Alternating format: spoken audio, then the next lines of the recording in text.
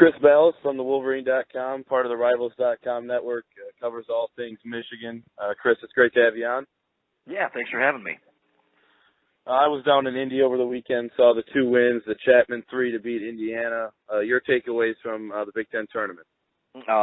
Couldn't be a better representative and a better kid to make that shot, to be honest with you. And yesterday when they were celebrating their NCAA tournament berth, they let them know it again. They were dumping the water on him and hugging him and saying, we wouldn't have gotten here without you, with Cam Chapman. So, they did what they needed to do, and it seemed like there was a moving target for the Michigan program. First they had to beat Iowa, then it was, now that they didn't beat Iowa, they've got to beat Northwestern. Well, now it's Northwestern and Indiana. Well, now maybe Northwestern, Indiana, and Purdue, but I thought once they beat Indiana on a neutral floor, and it wasn't neutral, let's be honest, that was a bunch of Indiana fans, as you saw when being down there.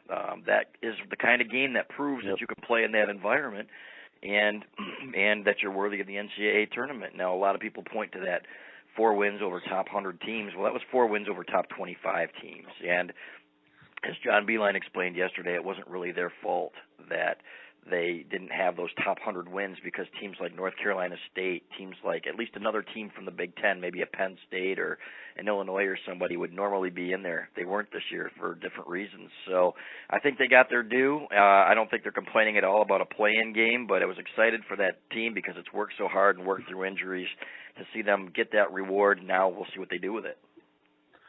This team has faced injuries throughout the season, haven't had their seniors. What does it mean for John Beilein, these players, this program, to get back to the tournament?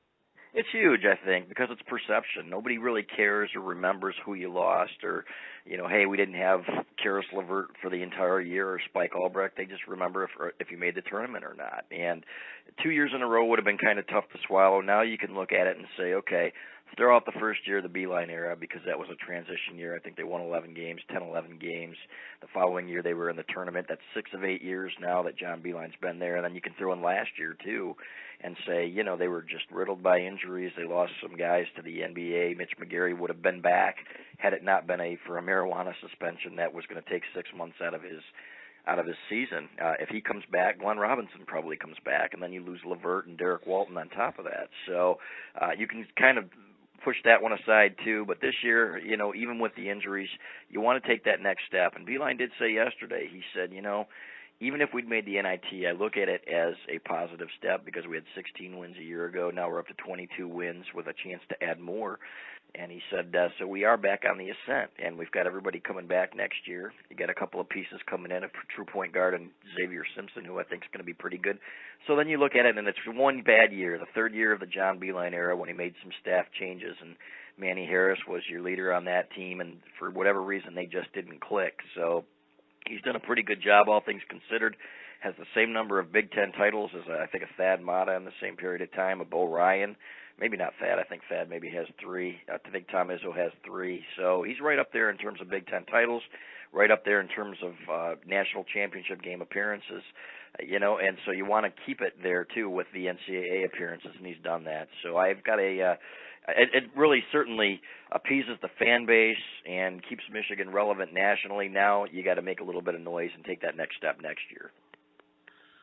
From what you know about the matchup with Tulsa, they play Wednesday in Dayton. What kind of chance do you think Michigan has to move on to Friday against Notre Dame in Brooklyn? Yeah, I think they got a great chance, and this is a team that John Beilein teams typically do well against, a team that doesn't shoot very well. It's pretty athletic, but on one day's rest or 2 days prep for a John Beilein offense, it's really hard. That's one thing. Getting out of the Big Ten and these teams that know you so well and know your tendencies is huge for a Beilein team. It's why he generally does really well in the tournament. The Ohio U game a few years ago in the tournament, notwithstanding. But that's one thing that you have to look at and say, hey, it's are they going to score some points and get to the rim on Michigan a little bit? Yeah, but they're not a big team. They're not going to get a lot of second chance points, in my opinion. I think Michigan can get some points in transition. I think that offense is going to be tough for teams like that to prepare for in 2 days. Now, Notre Dame would be a different animal, but, it's one at a time, and it's a cliche, but it's a fact. You got to beat that one to get there. So I like their chances. I think they opened as a 3-point favorite. I would expect Michigan to cover that. Speaking of Notre Dame, looking at the matchups in the region, the East region, You have Notre Dame, West Virginia, Xavier, who they played earlier in the year, Wisconsin. How far do you think Michigan can go, and your prediction on how far they will go? Yeah, it's a great question. I think the matchup with Notre Dame is about as good as you can ask for in that situation as an 11 seed if you beat Tulsa, just because they're not huge, again, and they don't play much defense. So I think Michigan would get some transition points. I think it would be an up-and-down game, kind of like the Michigan-Maryland game several weeks ago at Maryland when it was a game in the 80s. I think the only game in which Michigan scored over 80 under John Beilein and lost. So, yep.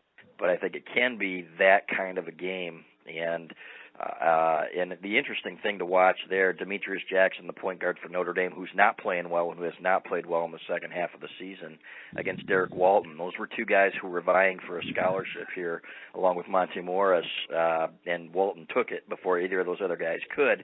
And I think that would be a fun matchup to watch, but that would be an up-and-down game. I think Michigan would have a shot there. West Virginia, I think, would be next. That would be another interesting subplot, being that John Beilein came from there. You got Bob Huggins there now. That's a very athletic, good team. I think that would be a tall order. So I think that Michigan's got a shot to get there, to get to a West Virginia game. I would say a little less than 50-50 on beating Notre Dame. I wouldn't give them a great shot against West Virginia, but it's March, and I never predicted that Michigan would have won 2 games in the Big Ten tournament. I thought they might lose to Northwestern, and they almost did. So we'll see what happens. I know that this group of kids feels re-energized after talking to them last night. They're excited to be there, and they want to make some noise and prove that they're better than everybody's giving them credit for. We're talking here with Chris Balas from thewolverine.com. You talked about, it's March, Cinderella stories. What does Michigan need to do? What's that one thing you see them doing if they were to be that Cinderella team and maybe even make it all the way to Houston?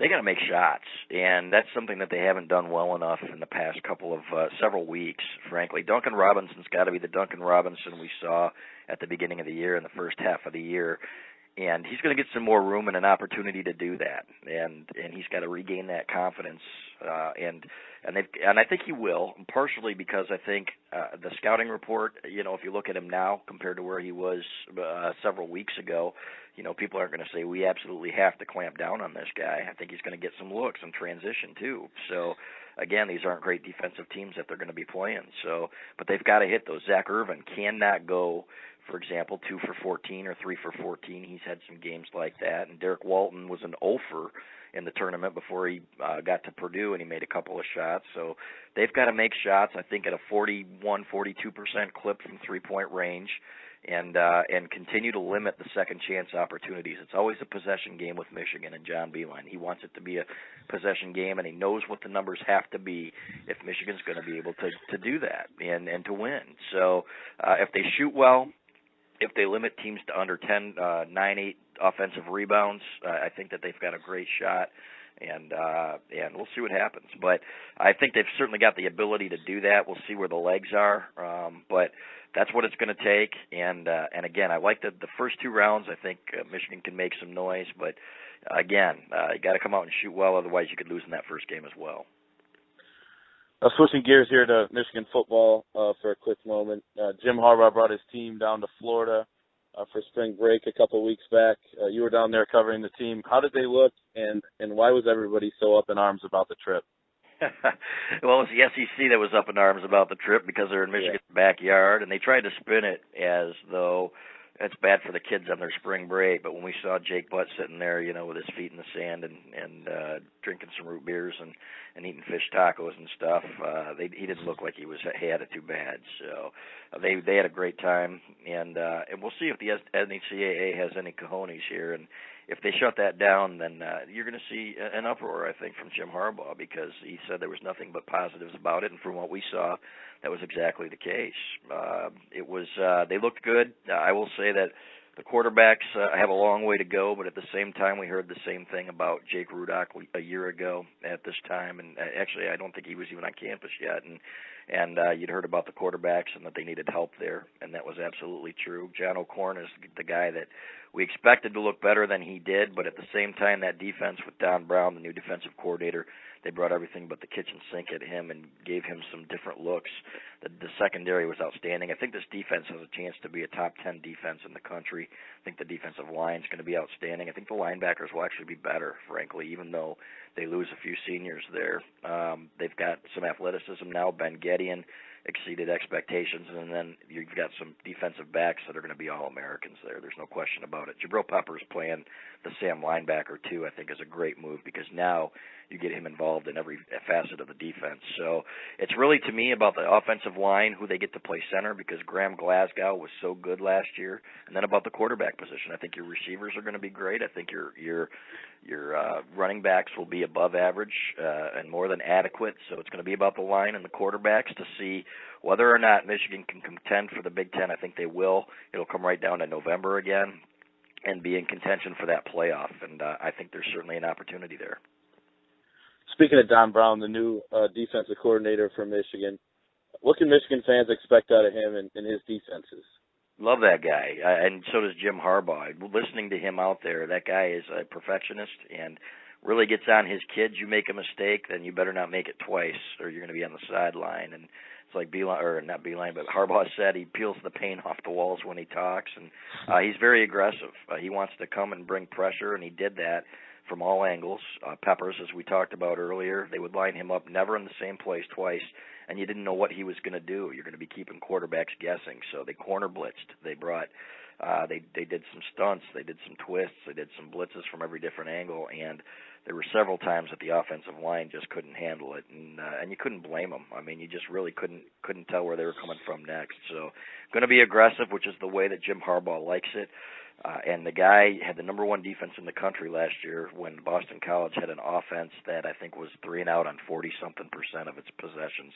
That's almost unheard of. So it's going to be fun to watch, in my opinion. You're going to see an offense, too, that protects the defense a little bit because Jim Harbaugh likes to grind it out and pick up third downs and possess the ball. So it should be a couple of groups that work in harmony there, but the defense, you're going to see a lot of sacks, I think, and a lot of pressures, a lot of quarterback hurries from this group. All right, interesting stuff. We got Michigan basketball on Wednesday in the NCAA Tournament, Michigan spring football. Chris Balas from the Wolverine.com, thanks so much for joining us. Hey, anytime. Thanks for having me.